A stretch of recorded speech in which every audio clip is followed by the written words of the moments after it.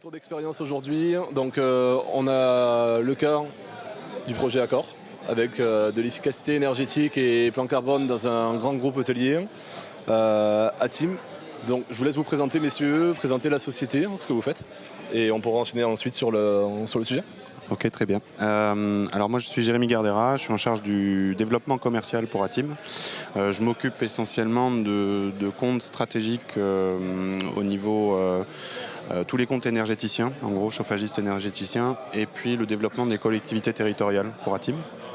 Et je vais laisser Francis se présenter et puis présenter ATIM en d'autres mots.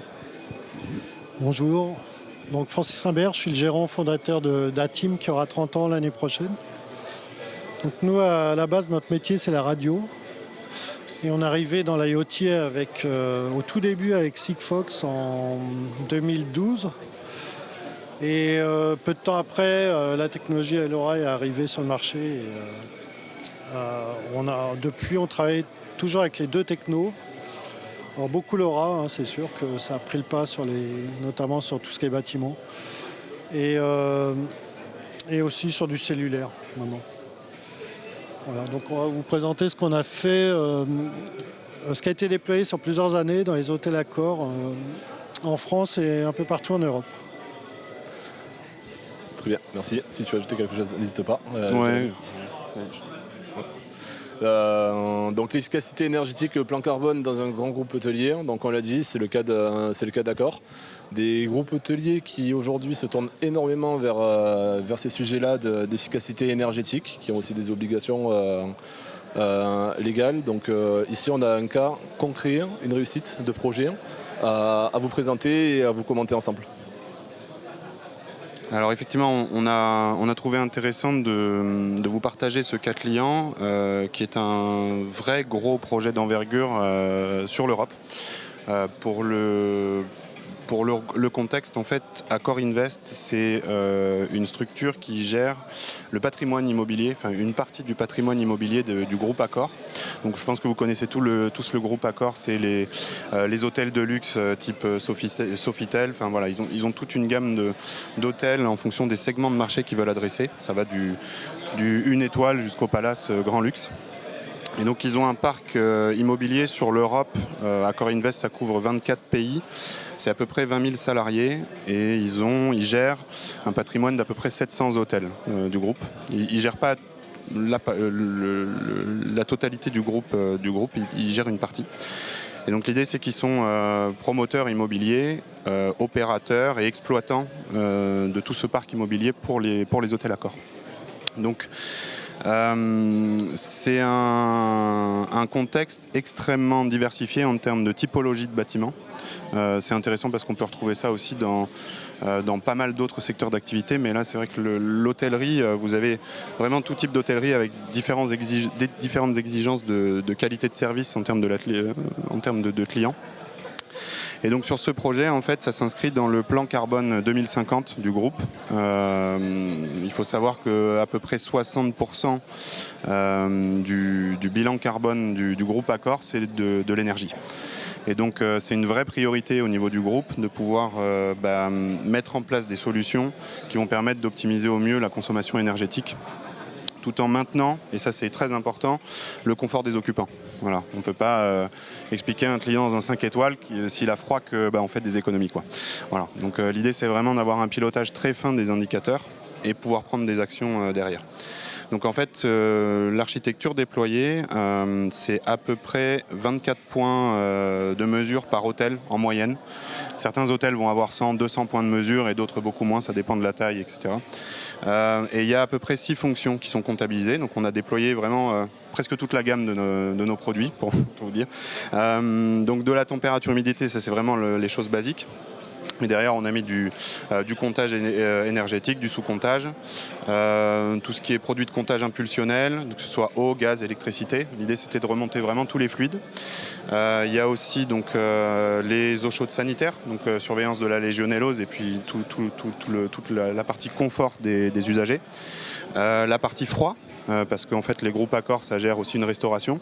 Donc, il faut avoir une maîtrise complète de la chaîne du froid. Et puis, les ventilations. Et on a déployé aussi un produit qui est un produit phare chez nous, qui est une passerelle, c'est le petit produit que vous voyez sur la droite.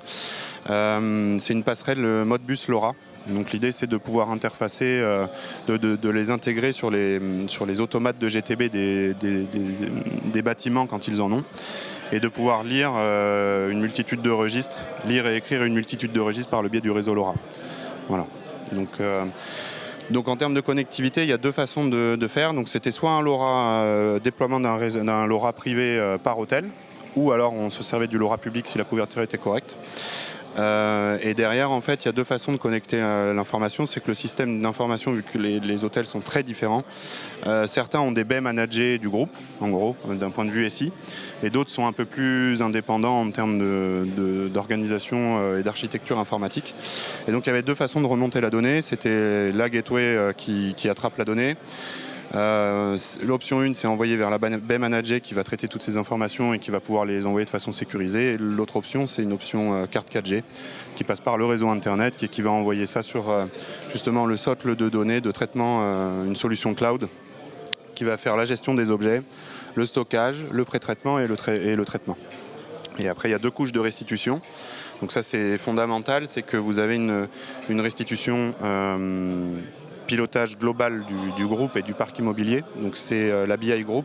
Vous allez avoir de l'agrégation, une multitude de KPI, des segmentations par pays, région, typologie d'hôtel, typologie de clientèle, enfin voilà, toute une segmentation, des analyses vraiment macro. Et vous avez une agrégation, ce qu'ils ont développé un cockpit hôtel. Donc ça, c'est vraiment pour pouvoir manager l'information au plus proche des équipes techniques et terrain. Et donc ce cockpit hôtel, c'est justement tout ce qui va aider dans la gestion opérationnelle au quotidien de l'hôtel. Voilà. Merci pour tous ces détails. Au final, toujours le même cheminement. Les capteurs qui collectent la donnée, on met en place la connectivité, les réseaux qui vont bien. On traite la donnée, on la stocke et on peut l'analyser derrière pour prendre les mesures correctives et les bonnes décisions par la suite. Exactement. Donc après, bon, on a sorti des choses un peu basiques. Il y a des choses qui sont plutôt confidentielles. Donc on a voulu juste illustrer un peu les cas, mais globalement, en fait, on va avoir un certain nombre de comptages de tout type qu'on va pouvoir restituer en quasi-temps réel aux équipes. Et puis derrière, il y a un aspect aussi pilotage grâce aux données Modbus avec la lecture et l'écriture de cette passerelle. Vous allez pouvoir en fait envoyer des consignes, des nouvelles programmations, des nouveaux registres qui vont permettre de mieux piloter en fonction des données à chaud qui sont collectées, quoi. Donc on voit les capteurs qui remontaient tout à l'heure, les sondes de température, les compteurs à impulsion. On en a certainement d'autres qu'on n'a pas sur la capture d'écran de ton côté en termes d'analyse, donc c'était assez simple au final d'aller sur des groupes hôteliers comme ça. Qu'est-ce qui en ressort au final de ces analyses de capteurs ? Ce qu'il en ressort, c'est qu'ils sont capables aujourd'hui de piloter finement le parc immobilier grâce à ces données qui remontent. L'élément fondamental, et j'en parle sur le slide d'après, c'est qu'en fait il y a toute une culture autour de la gestion de la donnée qui a été intégrée dans le groupe. Et donc ils ont, dans ce plan de transition énergétique, il y a effectivement les grands discours, les bilans, les audits, etc. Mais il y a aussi et surtout les implications des métiers, de mettre en place une culture du management de la donnée et du management énergétique au sens large, c'est-à-dire que les techniciens, les managers d'hôtels, les équipes de restauration, toutes ont accès à ce genre de données pour avoir réellement leur impact, l'impact de leur activité au niveau global de l'hôtel. Voilà. Ouais, oui, je t'en prie. Non, mais dans l'idée, voilà, les résultats concrets du projet pour eux, en tout cas, ça a été vraiment de pouvoir faire un comptage précis des consommations et surtout une catégorisation. C'est vraiment de rentrer vraiment dans le détail de tout ce qui peut être sous-compté en termes énergétiques. Et tout ce qui va permettre d'être sous-compté, c'est comment on le consomme et comment l'optimiser. Ça, c'est fondamental. Ça a permis de mettre en place un management d'exploitation beaucoup plus fin et beaucoup plus proactif. C'est-à-dire que c'est vraiment piloté avec un calendrier au mieux les interventions des équipes terrain. Et ils ont mis en place après tout un système d'alerte et de suivi des processus critiques. Donc des processus critiques, typiquement dans la restauration, il faut la maîtrise de la chaîne du froid, il faut être capable de prouver à des organismes de contrôle et autres que tout a été respecté de bout en bout de la chaîne. Et pareil sur les eaux chaudes sanitaires pour les risques de légionelle, tous ces sujets. Et en termes de résultats sur la mise en place de ce projet, donc, en fait ça s'inscrit dans quelque chose de beaucoup plus global. C'est-à-dire que ce groupe hôtelier, ils ont décidé d'arriver vers une neutralité carbone. Donc tous les nouveaux hôtels qu'ils construisent, ils sont forcément au plus proche du zéro carbone en termes de consommation. Beaucoup d'autoconsommation, photovoltaïque. Ils renforcent les isolations. Enfin voilà, ils font tout ce que la réglementation impose. Mais ils héritent aussi 700 hôtels. Aujourd'hui, on a équipé un peu plus de 500 hôtels sur l'Europe sur ce projet. En fait, ils composent avec ce qu'ils ont. Ils ont certains hôtels qui ont plusieurs dizaines d'années. Les coûts de rénovation peuvent être extrêmement importants. Et donc l'idée, déjà, faire une première couche. L'IoT, c'est une toute petite couche basse, mais une couche nécessaire pour pouvoir piloter correctement. Et en fait, ça permet déjà d'avoir un premier seuil vers le zéro carbone, quoi. Et donc ils arrivent globalement sur la mise en place de ce projet, ça a duré 10 ans. Ils arrivent à peu près à 15% d'économie d'énergie en pilotant au plus fin. Ils ont réussi à mettre en place une vraie maintenance proactive des équipements. Et surtout, ils ont mis en place une vraie culture de la donnée au sein des équipes, que ce soit au sein du groupe, mais aussi au sein des équipes terrain. Les managers d'hôtel, tout le personnel en fait a été intégré dans ce projet avec ce fameux cockpit hôtel qui permettait de gérer au mieux les équipements, quoi. On est sur des éléments qui sont très importants parce qu'on a déjà, pour un premier point, on a un projet qui est une vraie réussite. On parle de 500 hôtels, 15% d'économie d'énergie sur un volume aussi grand, c'est colossal. Donc à côté de ça, on a mis des capteurs, mais on ne s'est pas arrêté là. On a exploité l'ensemble du matériel. Il y a la culture de la nodée, donc c'est de la formation auprès des équipes, de la maintenance qui est proactive, donc on se rend compte que finalement, une fois que la donnée est remontée, on sait mettre en place les actions correctives qui sont humaines ou qui peuvent être automatisées par la suite, à voir comment évolue le projet. Mais dans tous les cas, c'est quelque chose de vachement efficace et qui répond complètement à tout ce qui est obligation. Et pour tout ce qu'on leur demande d'ici 2050, on est sur la bonne voie sur ce projet-là. Exactement. Tu veux compléter, Francis ? En fait, donc nous en tant que fabricants, on travaille avec des intégrateurs comme Synox. Et on assure donc tout le support qu'il faut pour les aider dans le déploiement. Donc ça s'est très bien passé avec ce client et notre intégrateur, je peux le citer, c'était ISO, qui est une petite société qui maintenant il déploie aussi dans les supermarchés, les centres commerciaux par exemple. Voilà, donc c'est un projet qui continue, hein, c'est un projet vraiment sur la durée, comme on aime chez ATIM. Et chez ATIM, juste pour expliquer ce qu'on fait, on va aussi sans arrêt essayer de développer des nouveaux produits. Par exemple, là, on va sortir le fil pilote connecté en LoRaWAN pour pouvoir piloter vos radiateurs à distance électrique. Et on a aussi en version bêta le relais LoRaWAN, le répéteur LoRaWAN, qui va permettre de répéter et de couvrir des zones non couvertes par les gateways ou par les opérateurs. D'accord. Voilà. Si ça vous intéresse, là-bas, vous pouvez passer sur notre stand.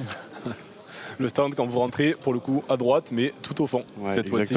Donc juste à côté de la scène directement. On va aller vite pour le dernier slide parce qu'on nous a dit qu'il restait qu'une minute. Non, mais en fait, c'était, on nous a demandé 3 conseils pour la réussite d'un projet. Alors nous, c'est vrai qu'on n'est pas toujours confronté en tant que fabricant à tout cet aspect opérationnel de déploiement. C'est surtout nos partenaires intégrateurs qui travaillent là-dessus, mais on a quand même une petite idée de la réussite d'un projet d'envergure comme celui-ci. La première, c'est de commencer éventuellement par un audit énergétique. Ça se fait beaucoup, hein, mais c'est important. Ou une preuve de concept. L'idée, c'est quand on a un parc immobilier de plusieurs centaines de bâtiments, c'est bien de commencer petit pour voir ce qui marche pas, et puis éviter de se planter sur des très gros volumes. Le deuxième point, c'est de choisir une architecture IoT modulaire, sécurisée et interopérable. Modulaire dans le sens où vous pouvez avoir besoin de plusieurs technologies. On parle beaucoup de LoRa, mais il y a plein d'autres technologies qui permettent de faire de la gestion bâtimentaire. La sécurité, c'est un point fondamental, parce que si vous arrivez sur des parcs comme ceux-ci, les menaces en cybersécurité, c'est quand même un point à ne pas négliger. Et l'interopérabilité, c'est d'être capable de choisir plusieurs fabricants, plusieurs éditeurs éventuels. Enfin voilà, vraiment d'avoir une architecture la plus ouverte possible pour éviter d'être enfermé sur des technos qui vont pas ou peu évoluer, ou des technos qui vont pas vous permettre d'atteindre les objectifs escomptés, quoi. Voilà. Et après, le plus important, parce que c'est bien de mettre en place des outils, mais si vous n'avez pas l'adhésion humaine, ça on en parle beaucoup, hein, beaucoup de tables rondes, etc., mais c'est fondamental, c'est que la formation des équipes terrain, l'implication au quotidien, parce que c'est une vraie conduite du changement, de dire aujourd'hui à un technicien, maintenant tu vas te connecter quotidiennement sur ta plateforme de supervision, et puis tu vas mettre en place, suivre les interventions planifiées, et puis mettre en place des actions en fonction de ce qui remonte. Et ça, c'est une vraie conduite du changement, mais comme tout logiciel ou tout nouvel outil, ça ne doit pas être négligé, et il faut surtout accompagner sur ces sujets-là, quoi. Très bien, merci. On va passer aux questions s'il y en a. Là, pour le coup, on a un cas client, cas projet vachement parlant. On a parlé de chiffres en termes d'économie d'énergie, on a parlé de labels et de normes sur lesquelles il faut répondre, les capteurs, la connectivité et également ce qu'on peut y mettre derrière avec tout ce qui est supervision et pilotage. Est-ce que vous avez des questions concernant ce projet ?